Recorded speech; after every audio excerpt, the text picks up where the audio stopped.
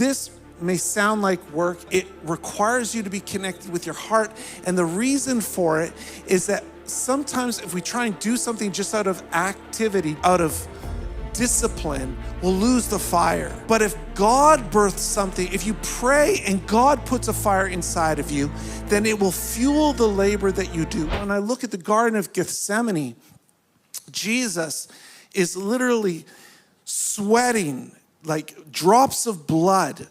Like he's in anguish over this decision to have to go to the cross.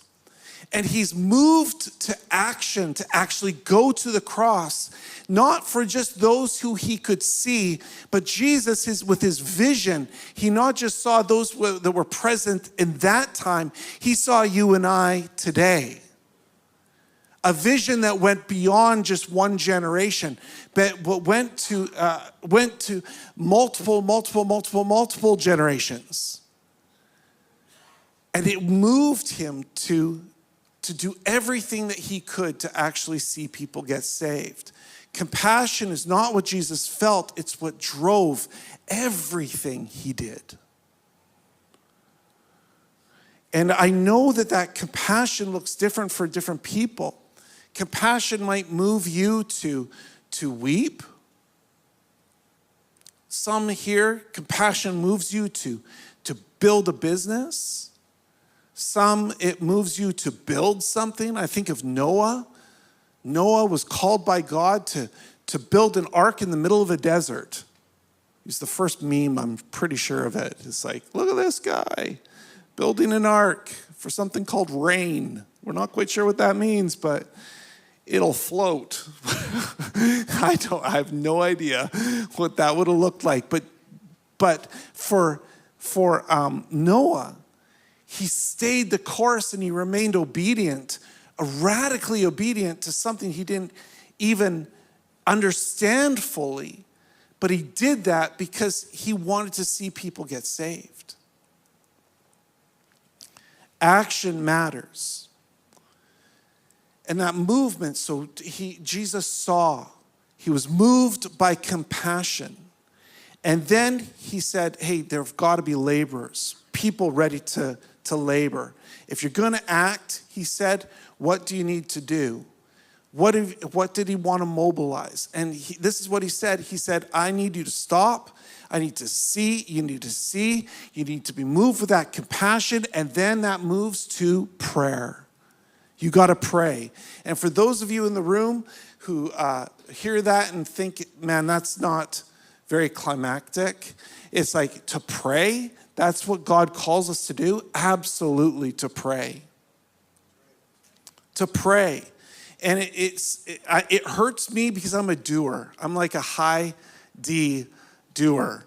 I like things to get done. I like to see movement. I like to see mobilization. I like to see strategy take place. I like to see all these things happen.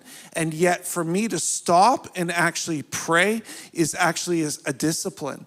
But Jesus said, I need you to, when you see that happen and it moves you on the inside, you need to stop and you need to pray.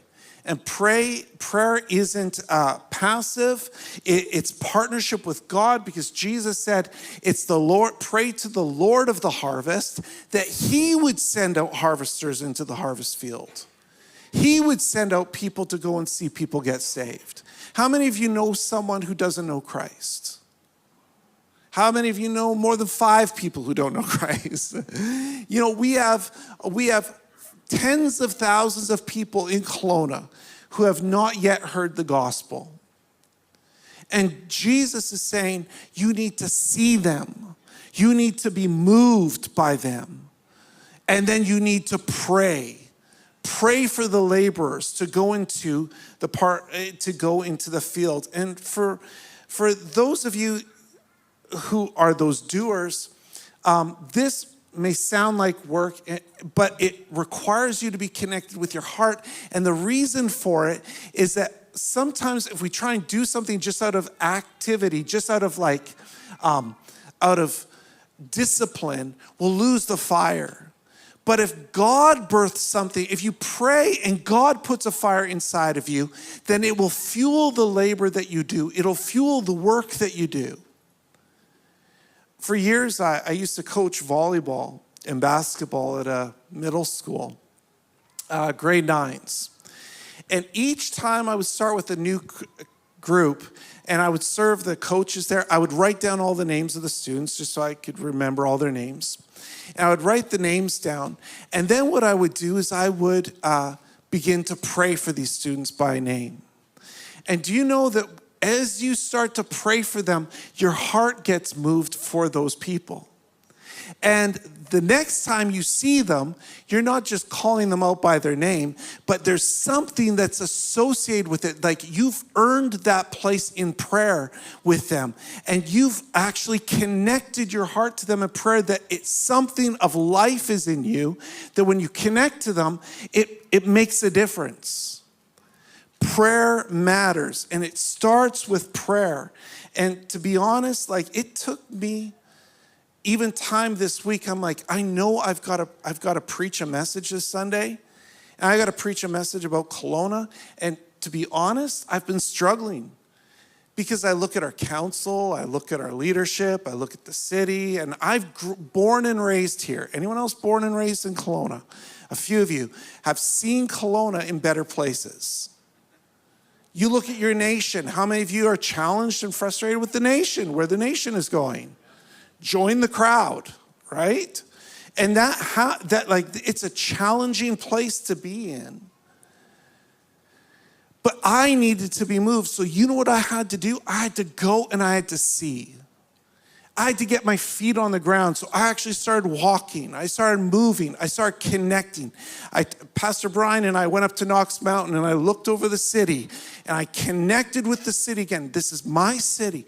Began to pray over the city, went downtown, prayed over the business. I had to reconnect because I can't lead into places that I don't love and I don't feel that love for it.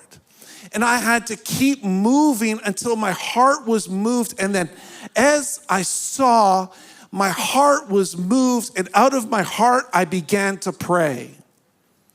And that prayer moved me to action, to write, to build something, I needed to have this in me. I love Kelowna. I love my city. I want to live my life out here.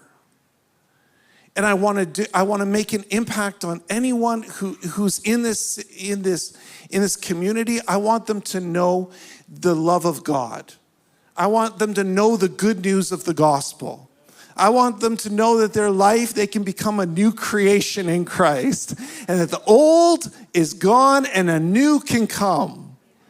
I want them to know that they can have a new approach to life that isn't held back and chained back by fear and shame, but they can experience freedom and truth.